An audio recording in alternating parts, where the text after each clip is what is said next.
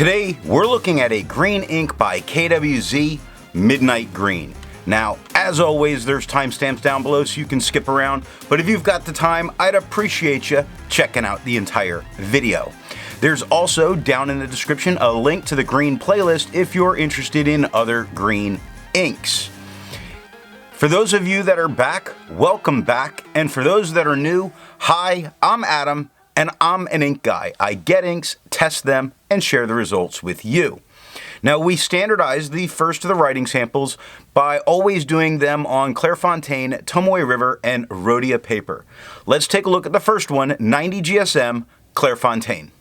We have no bleeding, no ghosting. The 1.1 has no feather, spread, halo sheen, no shade. The extra fine is almost the same tone. It's just a little bit lighter than the stub with no feather, spread, halo sheen, no shade, 17 seconds to dry. The medium is the same tone as the stub with no feather, spread, halo sheen, and no shade, 20 seconds to dry. The scrubby for both aren't showing us any color variation and we're not getting it, but the smear test says you could likely recover it if you smeared while you were writing. To have a range of experience with this ink, the writing samples are always done with a Jinhao 159 with a 1.1 stub, a Jinhao X450 with a medium, and a Jinhao X750 with an extra fine. Then a Pilot Custom 823 with a broad nib was inked up, used for a day, and used to take the notes for this video. Now let's take a look at the second paper, 52 GSM, Tomoe River. The only bleed spots that we really see are at the scrubbies, so not too bad. We do see a little bit of show through happening with the medium, but overall not bad at all. The 1.1 has no feather, spread, halo sheen, or shade. The extra fine is the same tone as the stub with no feather, spread, halo sheen, no shade, and 24 seconds to dry. The medium is the same tone as the stub with no feather, spread, halo sheen, no shade, and 30 seconds to dry. The scrubby for both show us no color variation. We didn't expect it, we didn't get it, and a smear test, you likely could not recover it if you smeared while you were writing.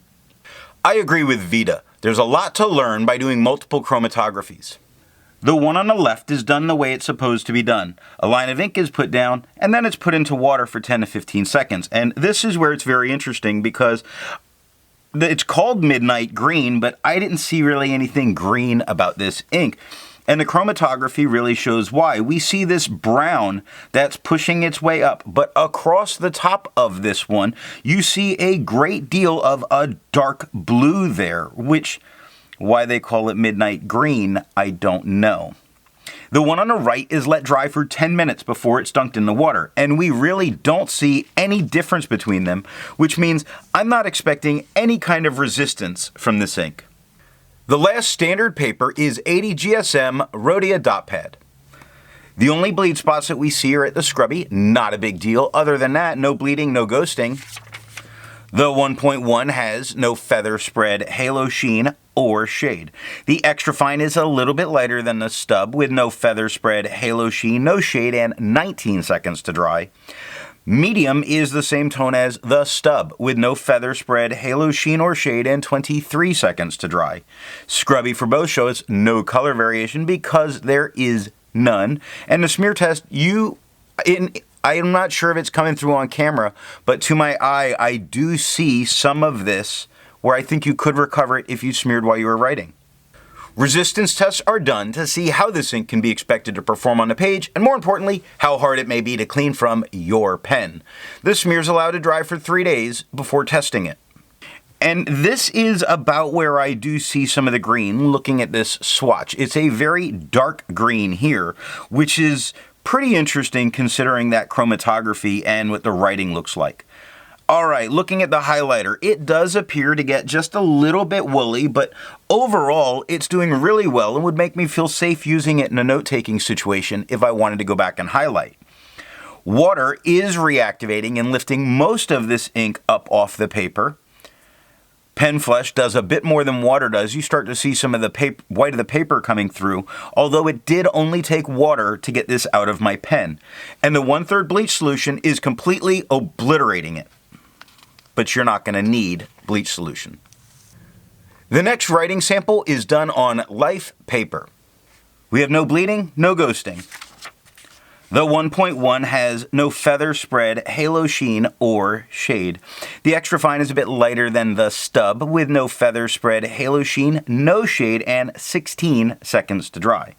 Medium is the same tone as the stub with no feather spread, halo sheen, no shade, 19 seconds to dry. The scrubby for both show us no color variation, and we're not getting it, and the smear test says you could likely recover it if you smeared while you were writing. For the inks tested, the average viscosity was 2.5, with the realm of normal being from 2.1 to 2.9. KWZ's Midnight Green has a viscosity of 1.88, making this a wet ink.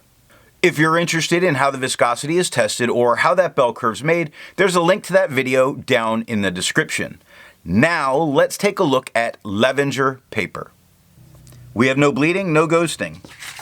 The 1.1 has no feather spread, halo sheen, or shade. The extra fine is a little bit lighter than the stub, with no feather spread, halo sheen, no shade, and 11 seconds to dry.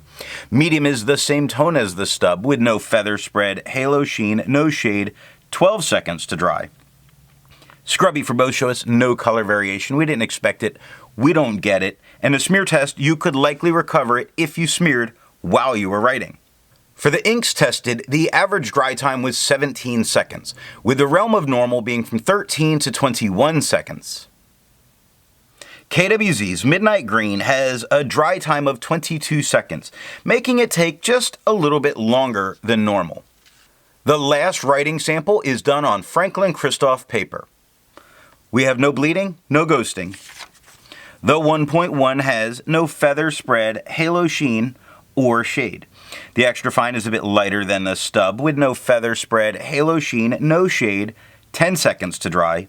The medium is the same tone as the stub, with no feather spread, halo sheen, no shade, 11 seconds to dry. Scrubby for both show us no color variation, and we don't get any. In the smear test, you could recover it if you smeared while you were writing. Instead of finding inks that look like KWZ's Midnight Green, I would prefer to find an ink that complements its color on the page. I decided to go with a nice gray. A gray from Levenger called Smokey.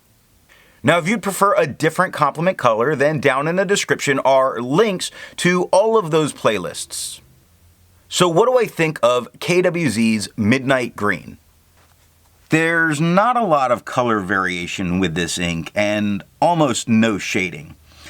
I find this far too dark for my liking, but it is dark enough that it would likely pass as black in a professional environment. So what nib and pen will give the best writing experience with this ink?